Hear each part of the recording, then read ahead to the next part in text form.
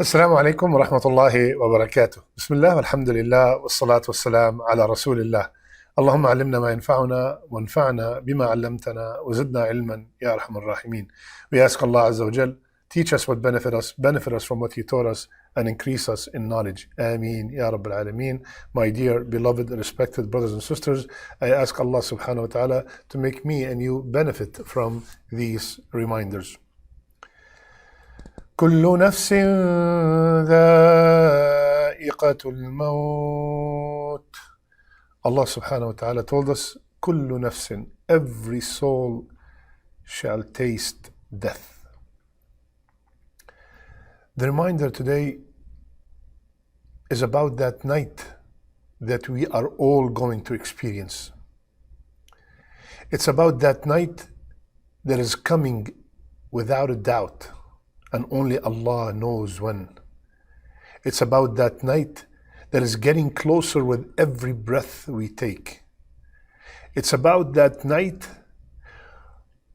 if it's good, everything after it will be much better. And if it's not, everything after it will be much worse. It is the first night in the grave. My brothers and sisters, as believers, we all know that we are all going to die. And our family, our beloved ones and friends, they will perform the janazah prayer and they will take us to the graveyard. They will put us in the grave. They will be very sad. Some will be crying. But at the end of the day, the children will leave. The parents will leave. The spouse will leave. The friends will leave. The very dear brothers will also leave. And we are left alone. After everyone leaves, Rasulullah sallallahu alayhi wasallam told us that there will be a squeeze that every person will experience. ضمة القبر. There will be a squeeze that everyone will experience. Every body in that grave will experience the squeeze of the grave. But for the believer, the squeeze will be just like the squeeze of a mother that have not seen her son or her daughter for such a long time. A very gentle, beautiful, full of love and tenderness. But the squeeze will definitely take place. And then after that, we will hear the footsteps of our family members and friends and brothers leaving the graveyard. And then the two angels will come, sit the body up, and ask the three questions. Allah subhanahu wa ta'ala said, إن الذين قالوا ربنا الله ثم استقاموا تتنزل عليهم الملائكة ألا تخافوا ولا تحزنوا وأبشروا بالجنة التي كنتم توعدون. At that time, when the angels start these three questions, whomsoever was steadfast in this dunya, whomsoever struggled and strived to please Allah in this dunya, the angels will come down and give them the glad tidings that there's nothing to worry about from the people you left, and have glad tidings of what's coming after. The angels, the two angels, will ask the three questions. Look at the mercy of Allah that He gave us the three questions, and He gave us 30, 40, 50, 20, 80 years to prepare the answers, and He gave us the answers. You've never seen an angel in your life, and even if you are above the ground and you see an angel, you get startled. Can you imagine under the ground, in that tight place, in the darkness, you've seen this angel, so can you imagine how you're going to react? And they're asking you a question. They're asking you three questions. Who's your Lord? What's your deen? And what's the name of that man that was sent to you? What's the name of your messenger? Whomsoever had steadfastness in this dunya, Rasulullah told us in a very long hadith that he will answer very easy. Who's your Lord? Allah. What's your deen? Islam. What's the name of the man who was sent to you? Muhammad sallallahu alayhi wasallam. That's why it's very important at that time when we bury our beloved ones, the best dua to make at that time, Allahumma thabbithu for the male, or thabbitha inda su'al. Ya Allah, keep them steadfast when they are being questioned. I ask Allah subhanahu wa ta'ala to make me and everyone who's watching steadfast when they are questioned. After we pass the test of these three questions, what happened? An order from Allah with 5 glad tidings. First, the grave will be furnished from Jannah. The grave that to me and you, it looks like 2 by 6. Allah will furnish it from Jannah. The second thing will happen, the person will be clothed from the cloth of Jannah. All these are told to us by Rasulullah sallallahu alaihi wasallam, and they have authentic hadith to support them. And then the person in the grave, a gate of Jannah will be opened for him or her, and its breeze will come to him or her, and he smells its fragrance, and he feels the delight in what he sees. Allahu Akbar. Fourth, the grave will be made spacious as far as the eye can see. From above the ground, we think it's small. But Allah subhanahu wa ta'ala, keep in mind, the life of the barzakh, the life of the grave is completely different than this life. Allah will make the grave very spacious.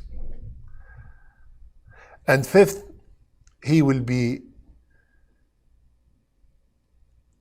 given the glad tidings of Jannah, of Allah's pleasure and Jannah. Allahu Akbar.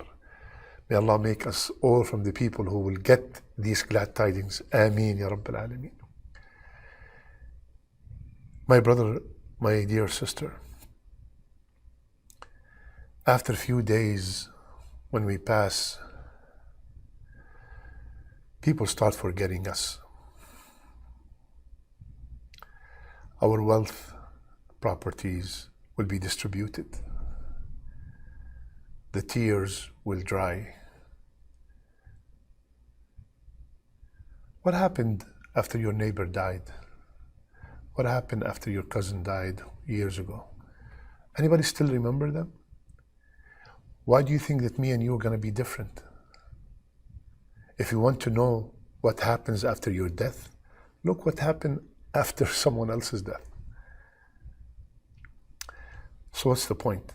The point is we will be alone in that grave.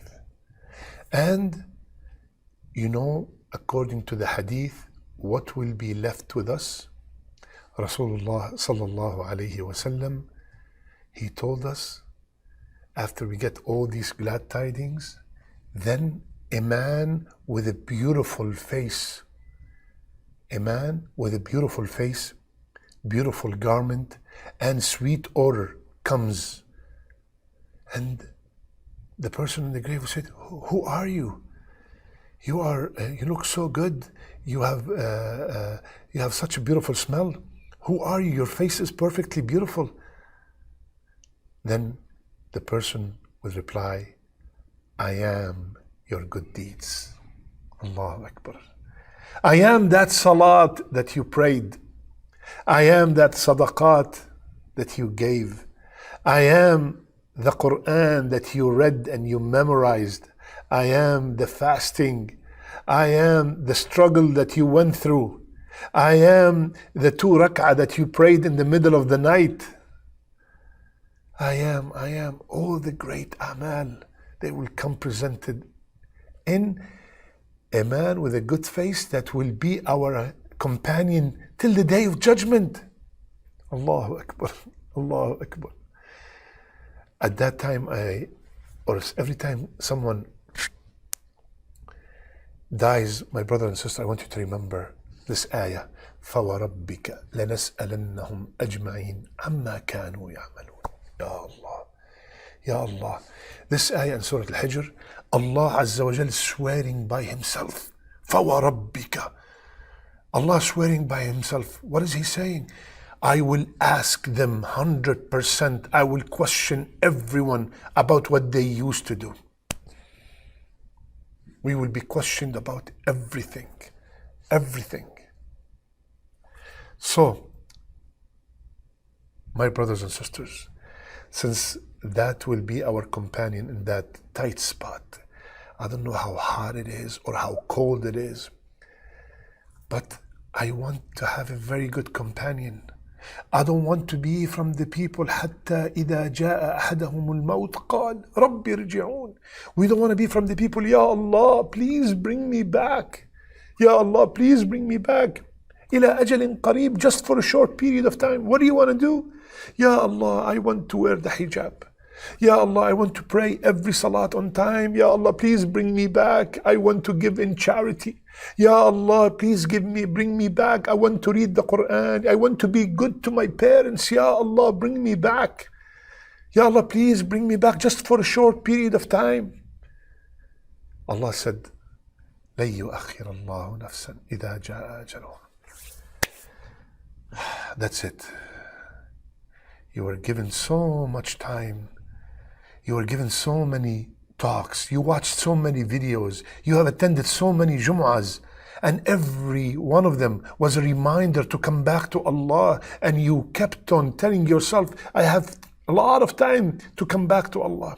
And then the angel of death comes. When he comes, he doesn't send a text message or an email or a phone call, I'm coming.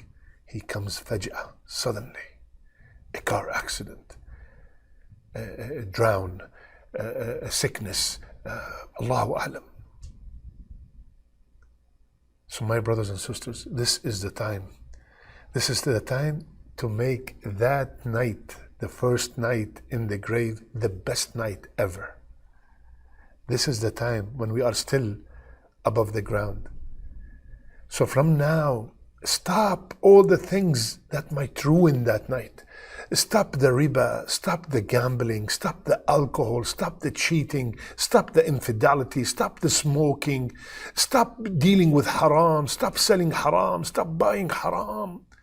Wallahi, wallahi, Allah is all truthful. He said there will come a time that we would come back and say, Ya Allah, bring us back. Subhanallah. And Rasulullah sallallahu alaihi wasallam, he told us, one time he was walking next to a grave. And he said, if this man in the grave was given the option, listen carefully, my brothers and sisters. If this man in the grave was given the option to come back to the dunya and told, you will own the whole dunya or pray 2 rak'ah, what would you like to do? Rasulullah said, rak'atan. He will pick the 2 rak'ah. Allahu Akbar. Because of what he found, the result of obeying Allah. He did not take any penny with him. Have you ever seen anybody take their car with them, their house with them, their clothing with them, their money with them, their vaults with them, their children with them? Nothing. Only the a'mal, only the deeds. Please, brothers and sisters, before it's too late, we all know that 100% that day is coming. And when we say something or someone is coming, that means with every second that passes by, they are getting closer. I ask Allah Azza wa Jal to make our first night in the grave the best night ever. I ask Allah subhanahu wa ta'ala to make the first night in the grave of our parents, of our beloved ones, the best night ever. I ask Allah Azza wa Jal to make our last deeds, our best deeds, and our last words, La ilaha illallah.